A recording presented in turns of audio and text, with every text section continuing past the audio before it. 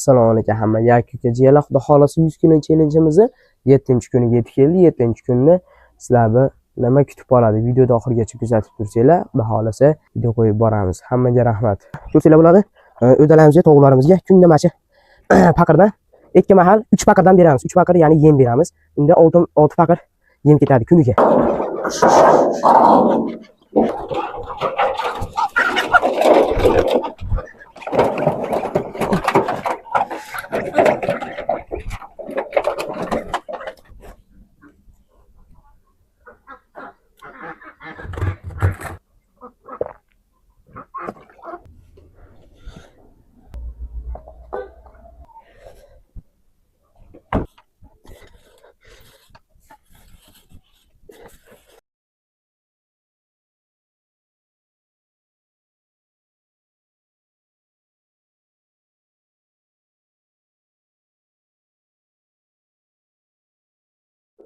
Xo'sh, akalar, eslaringda bo'lsa, mana shu katamiz tovuqxona edi. Tovuqlarni mana shu boqib turdim. Holatini ko'rsanglar bo'ladi.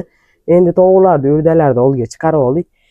Betdan endi bo'sh turmasin, umumdorlik sifatida endi foydalanish kerak. Betdan foyda topish kerak, chunki bet tayyor. Tabriklarsanglar bo'ladi. Dakani oldim. Mana shu tulovdagi dakan, limon dakan makan. Bulardan endi tuxumini olib, qora tovuqlarimiz kurki bo'lsa ochirib, ashna qilib, xullas dakan temasiga o'tyapti. Sekin.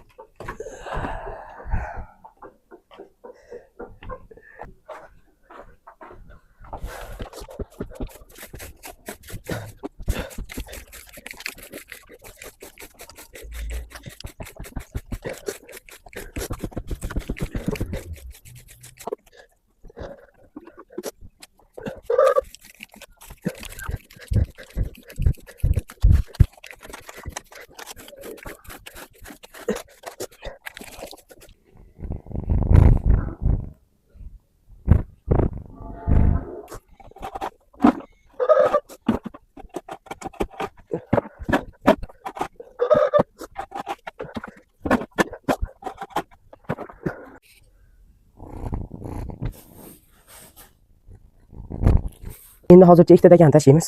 Keyinchalik hozircha o'zim jadamda plan qilib qo'ydim endi. Keyinchalik emas, o'zidan oshinib, shu ochirganimizni sotib, mashina kata qurmoqchiman qaranglar, ichiga xona qilib turib, bo'lib. Bizning yo'lanish shunaqa bo'ladi. Dakanni olib urishtirish yo'q emas. Просто ochiramiz yoki cho'jaligida sotamiz yoki jicha katta qilib turib sotamiz.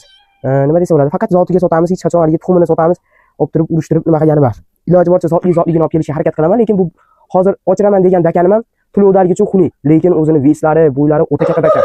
Ko'rasizlar, shu qichqirish boshladi ocha. Mashkamni ikka yiqib turib katasi olamiz. 93 kun qoldi yana. 93 ta post kutinglar mendan. Xudo xolasa, keyingi sahifalarimda o'ta chiroyli videolar chiqarishga harakat qilaman. Albatta kichkintoy bilan. Ko'ringlar, ko'zlarini. Munchoqda munchoq.